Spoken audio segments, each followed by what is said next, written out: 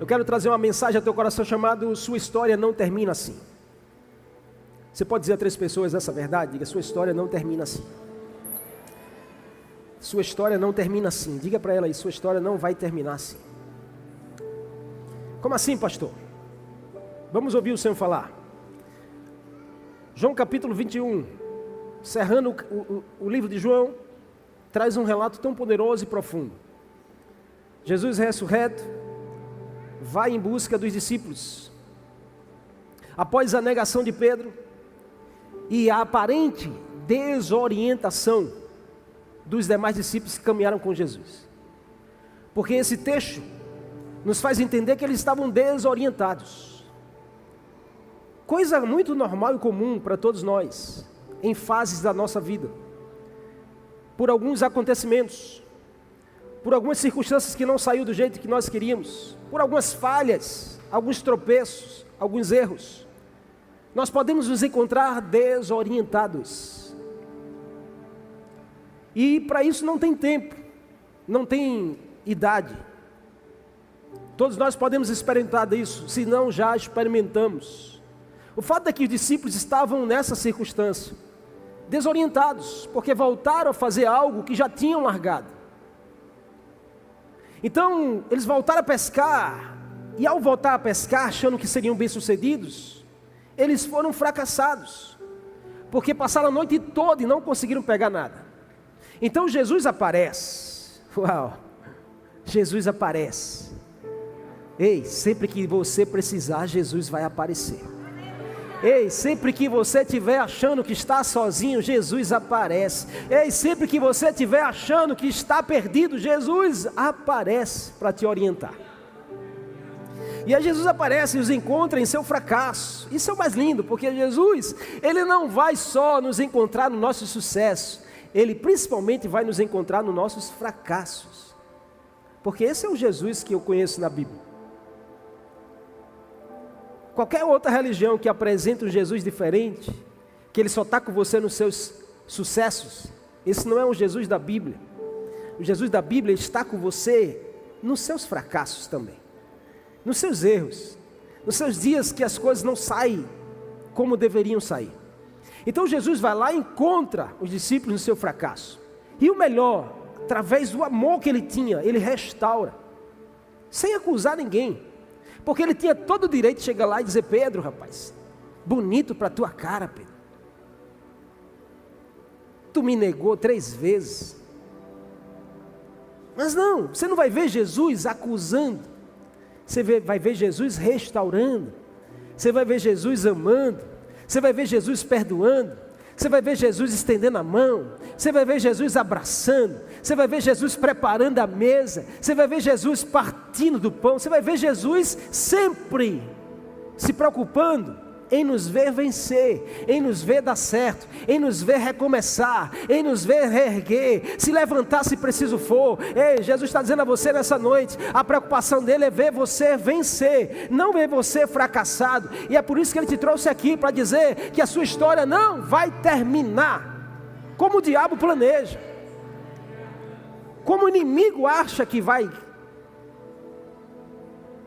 Nós vivemos em uma geração, irmãos, em uma sociedade onde o fracasso emocional, seja profissional, seja espiritual, tem levado muitas pessoas à depressão, e é um sentimento que toma a pessoa, um sentimento de culpa, um sentimento de vergonha, de desistência.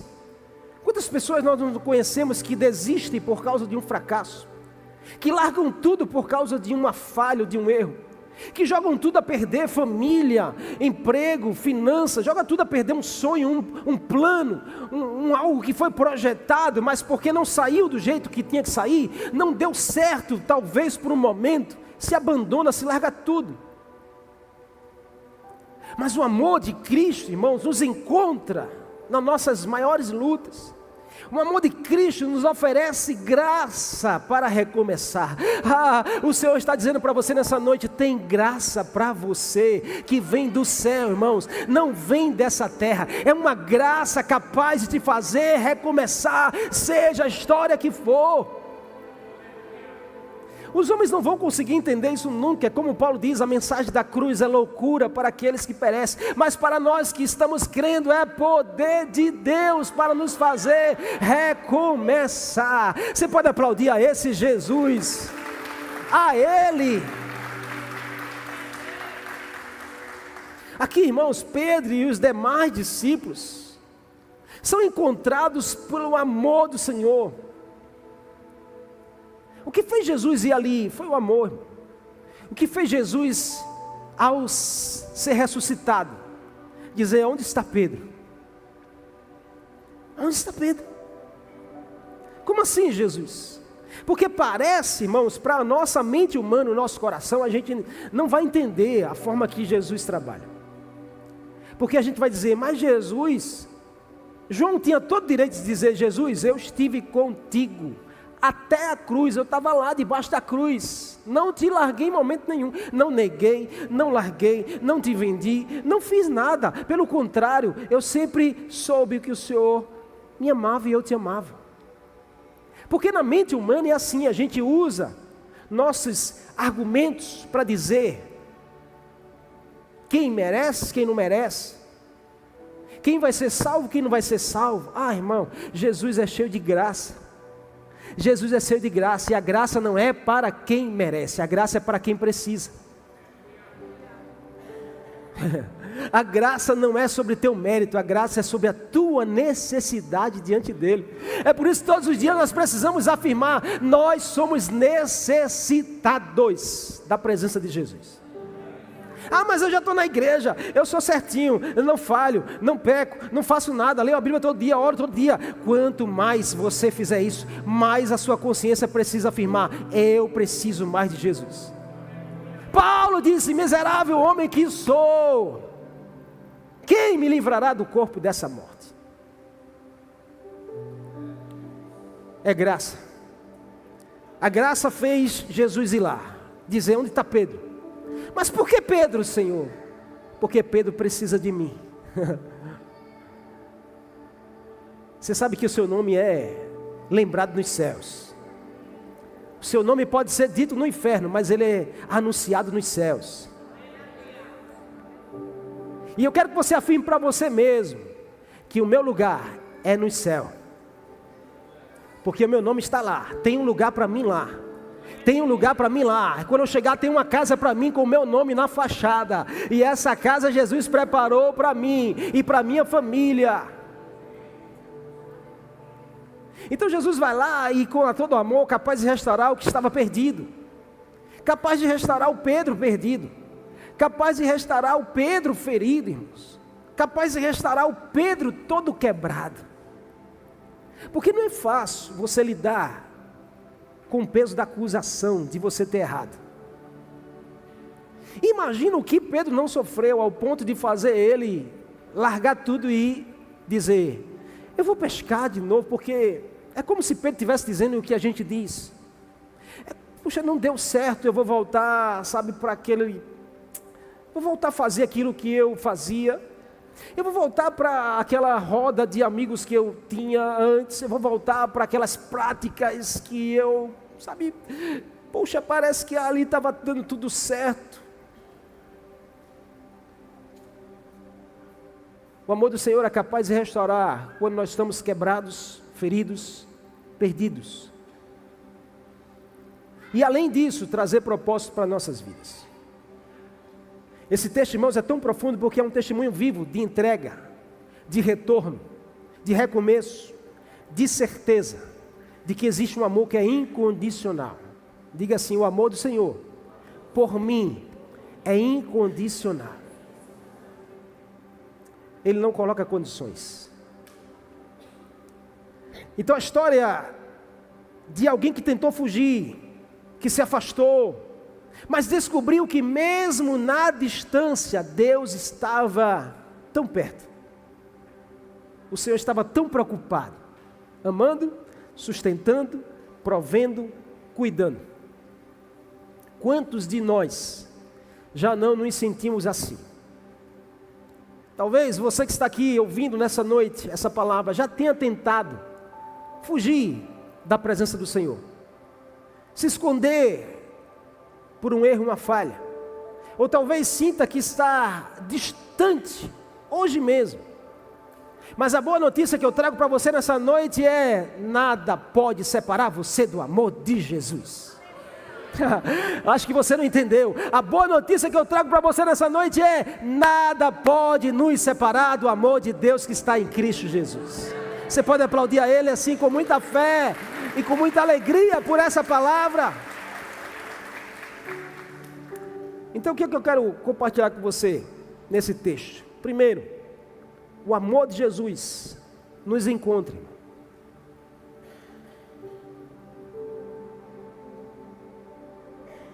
A gente por vezes pensa que a gente é que tem que ir atrás de Jesus. E nós temos que ir. Mas antes de irmos, o amor dele nos encontra. É por isso que a Bíblia diz, 1 João vai dizer que ele nos amou primeiro. Porque antes de você amar a ele, ele já te amou.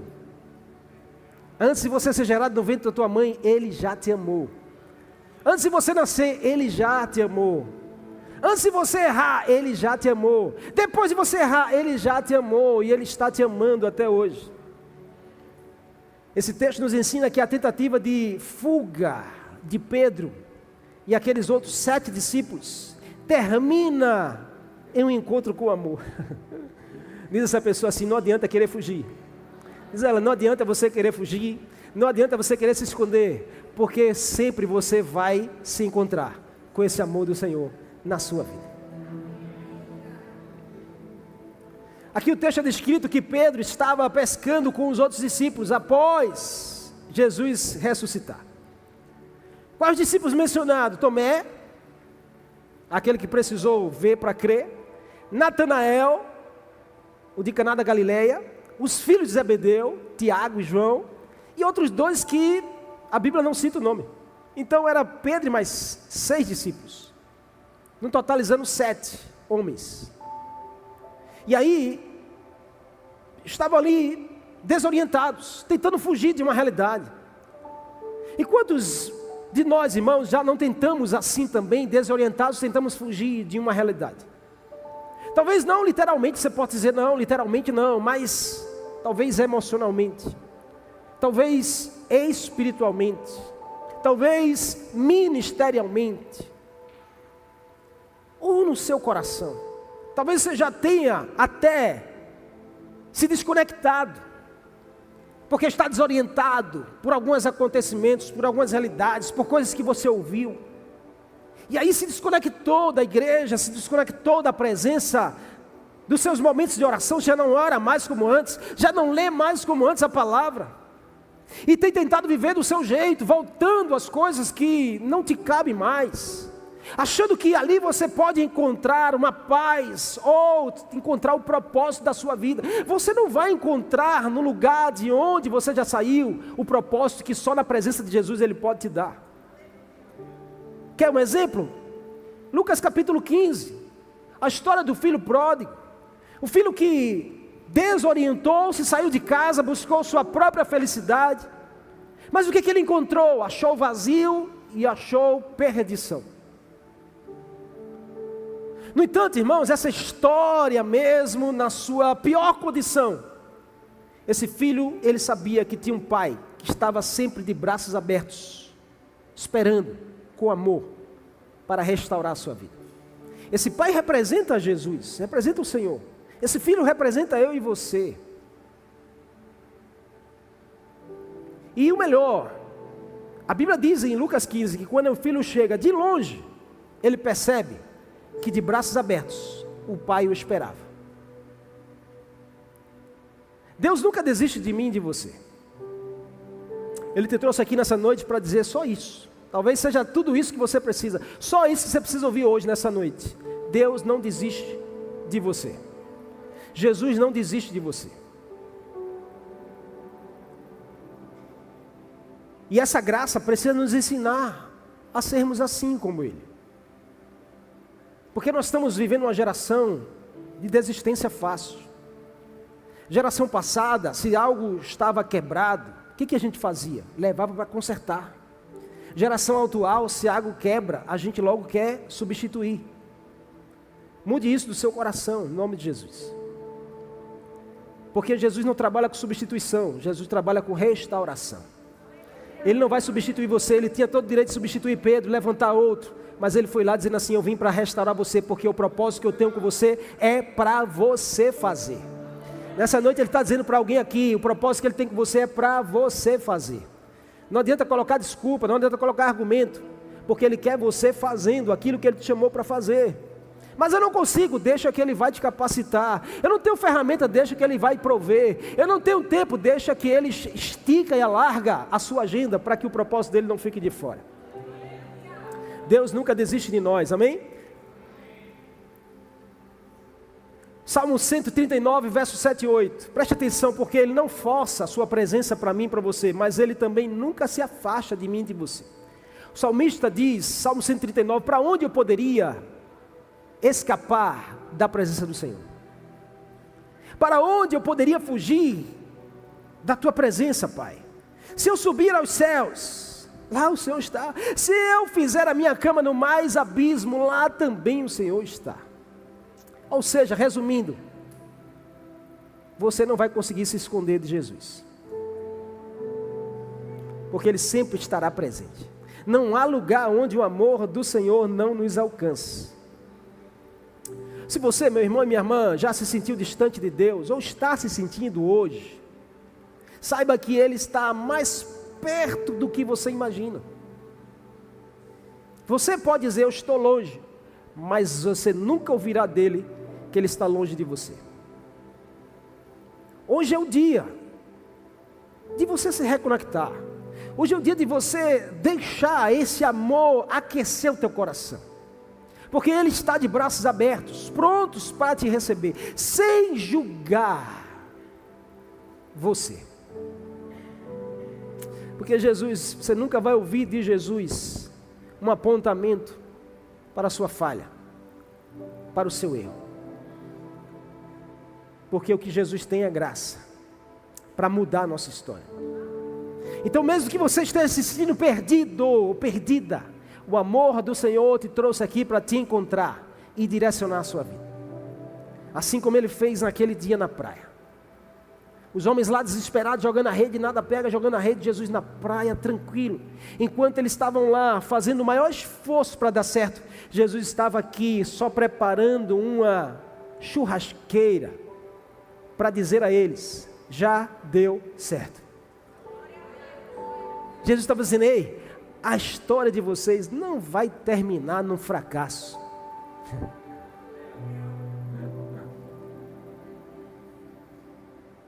Minha irmã e minha irmã, nós precisamos dessa certeza.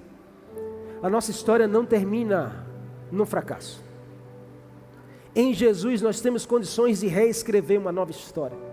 Em Jesus nós temos condições de restaurar uma história falida. Em Jesus nós temos condições de recomeçar através de algo quebrado. Segundo, o amor é constante na fraqueza. Sabe, a pergunta de Jesus foi intencional. Jesus olha para aqueles homens, ou será que Jesus não sabia que eles não pegaram nada a noite toda? Que o barco estava vazio? Jesus olha e diz assim, ei, vocês têm aí alguma coisa para comer? O que Jesus estava fazendo? Jesus estava dizendo a ele, ei, vocês estão famintos. A sua alma está com fome. Existe uma angústia dentro de vocês. Vocês têm algo aí que possa matar essa fome?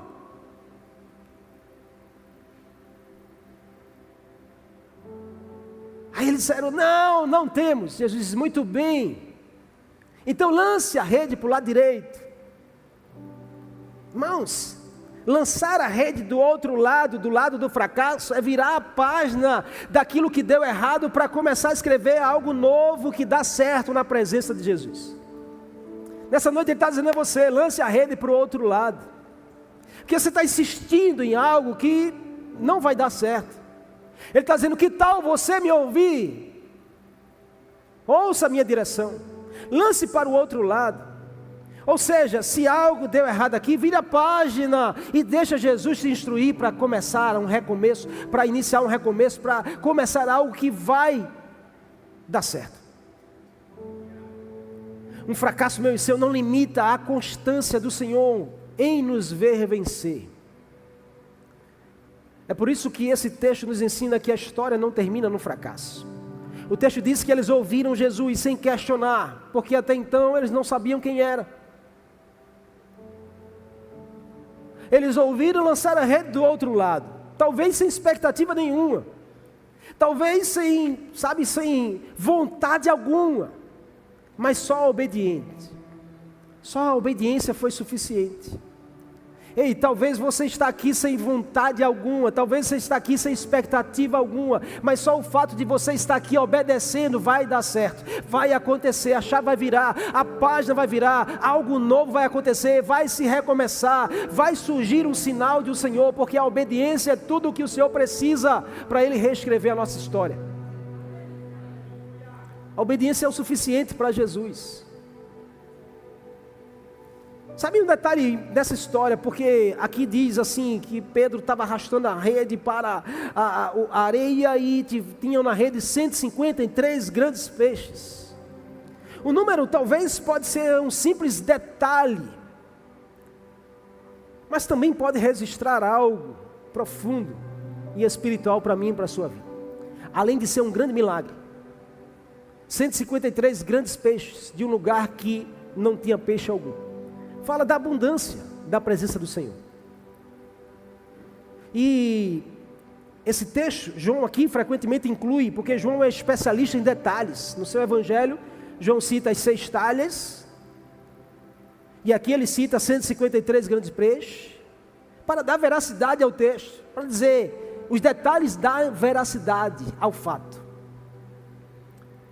Mas a realidade de serem grandes peixes, e a rede não se romper, porque a gente precisa pensar isso.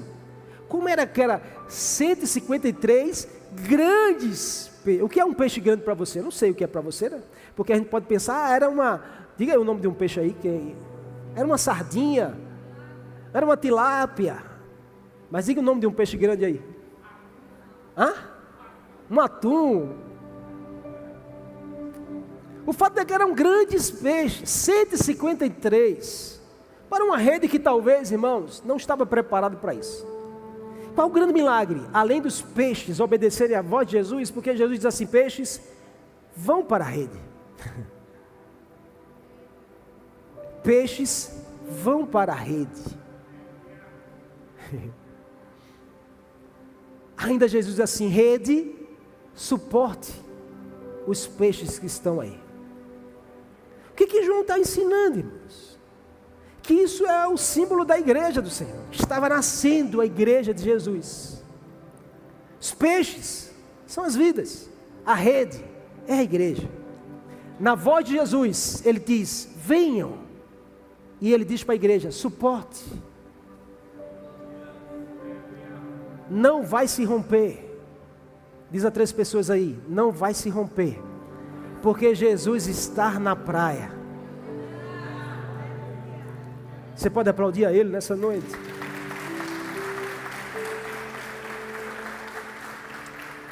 A igreja é isso.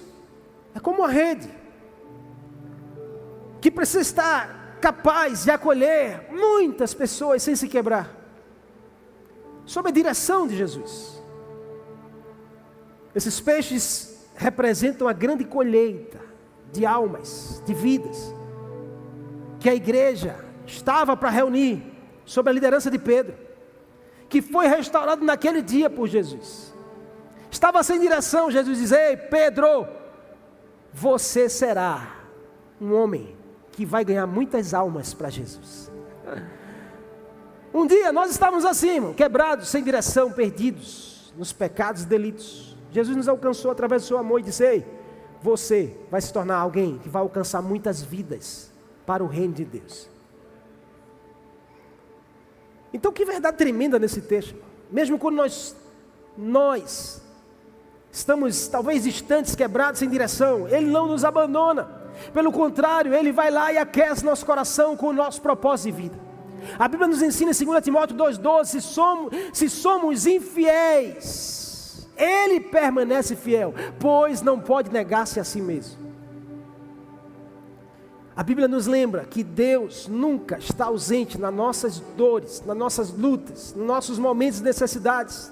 Talvez você esteja enfrentando um grande desafio hoje, talvez esteja enfrentando uma grande perda, talvez uma grande dúvida, talvez uma grande crise emocional ou espiritual, talvez você está passando por dias difíceis, está quebrado financeiramente, está perdido direcionalmente, você está aí, sabe, voltando, querendo voltar para as coisas que você um dia já largou. O Senhor te trouxe aqui para dizer a você, tem propósito para você, você não vai se ausentar do propósito que eu tenho para a sua vida.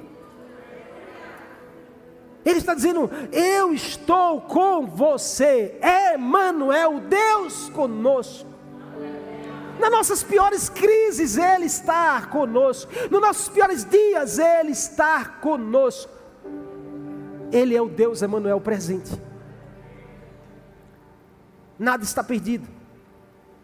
Pedro, com toda certeza, irmãos, nas suas pregações, Pedro diz: quando eu mais precisei de Jesus, Ele estava lá. E eu creio que esse será o seu testemunho, já tem sido o seu testemunho. Eu creio que muitas pessoas ouvirão da sua boca: quando eu mais precisei, Ele não me abandonou. Eu fui largado, fui abandonado, rejeitado, mas Ele estava comigo.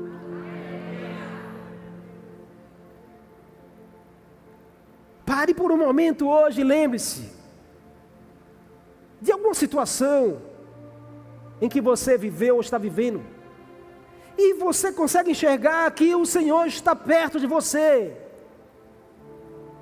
porque você vê nos detalhes, são coisas que só Jesus pode fazer. Nos dias de maiores crises, Jesus usar pessoas improváveis na nossa direção, isso é sinal de que Ele está perto. No dia quando a gente não tem nada para comer, Jesus enviar alguém para dizer assim: olha, não sei porquê, mas o Senhor me disse que é para te abençoar, toma aqui uma bênção. Isso é sinal de que Jesus está perto de você. No dia quando você disse assim: eu não volto mais, eu estou largando tudo, e aí Jesus vai lá e usa alguma circunstância para te fazer lembrar: esse não é o teu lugar não é um lugar de desistente, o teu lugar é um lugar de vencedor. É sinal de que Ele está perto de mim e de você. No dia que você disse assim: eu vou me separar, não aguento mais esse casamento, cada um vai para o seu lado, e aí Jesus vai lá e usa alguém para dizer assim: ei, a Bíblia diz que é melhor serem dois do que um, porque se você cair, você vai ter alguém para te ajudar, não fica sozinho, a família é algo de Deus. Aí você vai ver, puxa, Jesus está perto, Ele não te abandona, amém? Amém ou não? Então enxergue nas dificuldades a oportunidade de experimentar mais do amor de Deus. Por último, para a gente encerrar, o amor gera identidade. O amor de Jesus por Pedro e por os demais discípulos ali restaurou a sua identidade. Porque voltar a uma prática que já tinham largado, já tinham ouvido Jesus dizer: vocês não se tornarão, não serão mais pescadores, vocês agora serão pescadores de homens. É como se a identidade estivesse distorcida. E quando mexe com a nossa identidade, mexe com o nosso propósito, porque identidade tem a ver com propósito. Enquanto eu e você não sabemos quem somos, nós não iremos acessar aquilo que fomos chamados para ser. Então a primeira coisa, nós precisamos da nossa identidade forjada, restaurada, fortalecida. Como eu posso fazer isso? Através do amor de Jesus, da presença dEle, da palavra dEle, da comunhão dos santos aqui, da congregação, da igreja do Senhor na nossa vida. Isso restaura a nossa identidade. E deixa eu te dar um conselho: você não tem que estar pulando de galho em galho, porque você vai ficar mais perdido do que você já está. Você tem que ouvir o que Deus fala com você no lugar que você decidiu estar, e ponto. Porque quem vai para muito lugar, irmãos, vai acabar se perdendo um dia.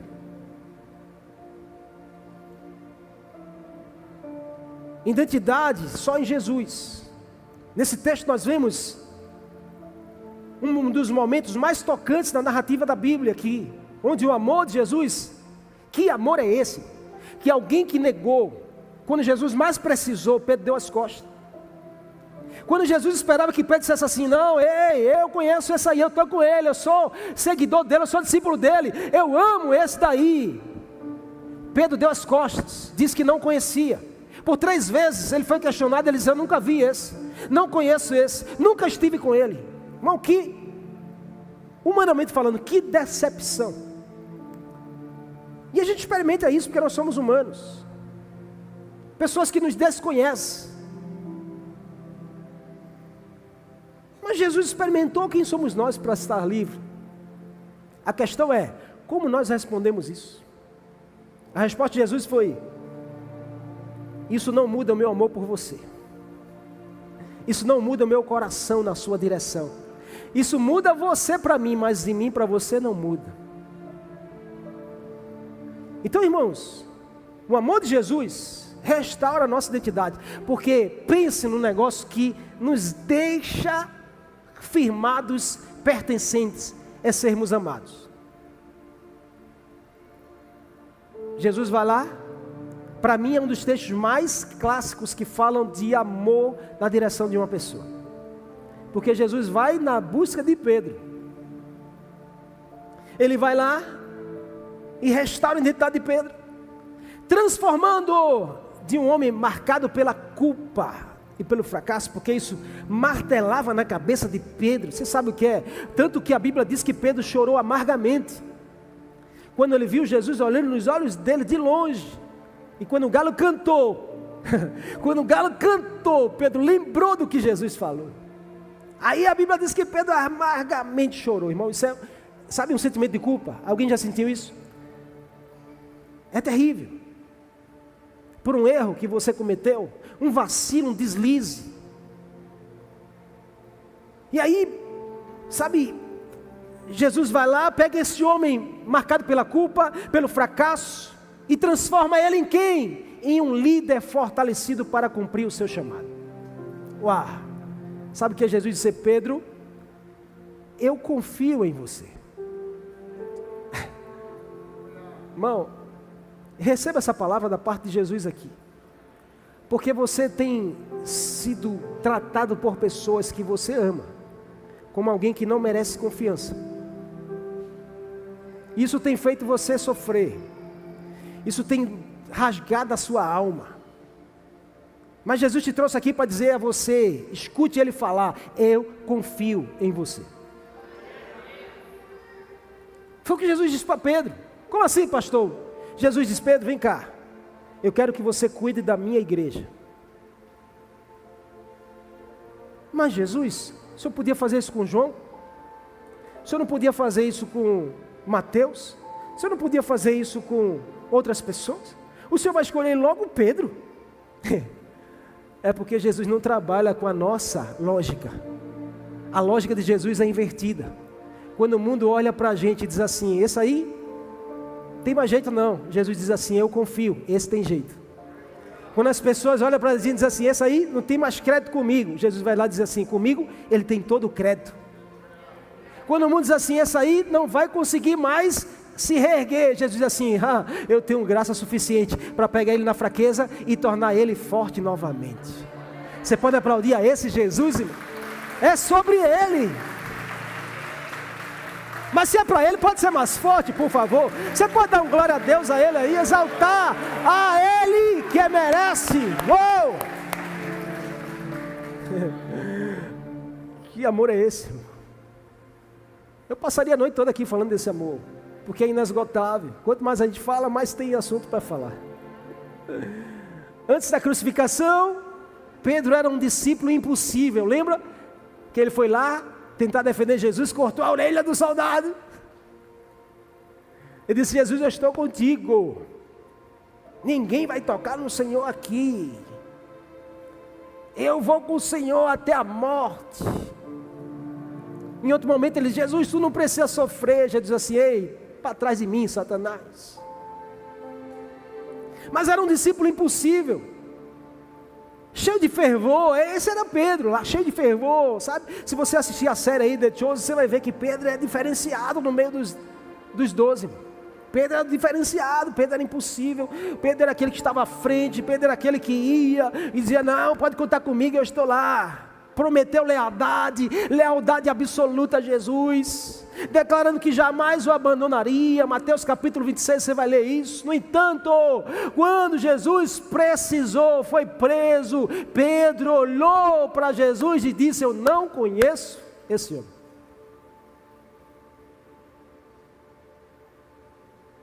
Pedro negou 3 vezes, exatamente como Jesus havia predito.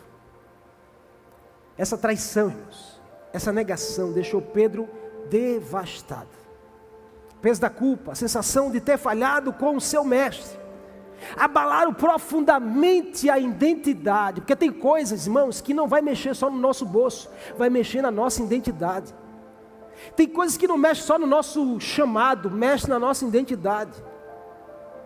Tem coisas que não mexem só na nossa frequência nos cultos, mexe na nossa identidade também. E a gente precisa ter cuidado com isso.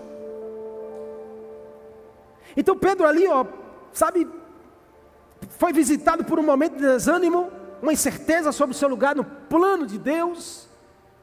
Tanto que ele volta ao que lhe era familiar, a pescar. Mas a sua rede permaneceu, diga assim, vazia. Diga mesmo, vazia. Diga a essa pessoa que está ao seu lado: fora de Jesus, a sua rede estará vazia. Diga assim: mas direcionado por Jesus, a sua rede sempre estará cheia.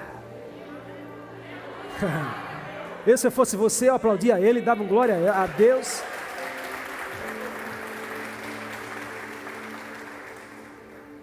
Isso é um reflexo da vida interior de Pedro. A rede vazia, irmão, só reflete o que está dentro. Tem coisas fora que estão só refletindo o que está dentro de você. E aí, para a gente terminar, é nesse cenário que Jesus aparece. É nesse cenário que Jesus aparece, demonstrando um amor que não condena, mas restaura. Quando nós somos amados por esse amor, nossa identidade é forjada, fortalecida. Pode vir o que vier, mas nós sabemos quem somos, nós sabemos para que fomos chamados para fazer, nós sabemos onde deveremos estar e nós sabemos para onde nós estamos indo. Isso é alguém que tem uma identidade fortalecida e consolidada. Quando nós somos amados e amamos, estamos alcançados e pertencemos. É o amor de Jesus que nos faz pertencer ao seu reino. Não são nossas obras, é a nossa fé no amor dele. A sua fé no amor do Senhor vai fazer toda a diferença. A sua fé no amor do Senhor vai fazer toda a diferença. O que o Senhor espera de nós? Jesus chama Pedro, depois de já ter dado comida a todos. Jesus chama Pedro e diz assim: Pedro, tu me amas? Pedro, constrangido, diz: Senhor, eu te amo, Jesus. Jesus olha novamente e diz assim: Pedro, tu me amas? Pedro diz: Senhor, tu sabes que eu te amo. E mais uma vez Jesus diz: tu me amas, Pedro? E a Bíblia diz que Pedro ficou já meio que como se quisesse ficar chateado com Jesus. Senhor, tu sabes que eu te amo. Jesus olha para Pedro e diz: então, cuida das minhas ovelhas. Uau!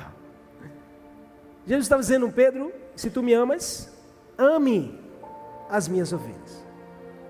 Se tu me amas com esse amor que está dizendo, você então tem que amar as pessoas como eu te amo. Jesus não disse: cuida das minhas coisas. Jesus diz: cuida das minhas ovelhas. Não tem como eu dizer eu amo Jesus e não amar as pessoas. A Bíblia vai dizer que nós somos mentirosos. Então você quer uma identidade, um reflexo da sua identidade forjada? É o quanto você é capaz de amar as pessoas e aqueles que de alguma forma te fizeram mal. É esse amor, irmãos, que nos dá a certeza que a nossa história não vai terminar assim. O Senhor te trouxe aqui nessa noite para dizer a você: Sua história não vai terminar assim. Um erro não define você. Um fracasso não define o seu futuro. Jesus está dizendo, só confie e permita. E cuide das minhas ovelhas. Cuide. Jesus está dizendo assim, Pedro, cuide do seu coração em relação às pessoas. Quer mudar a sua história? Ame as pessoas. Quer mudar a história do seu casamento? Ame.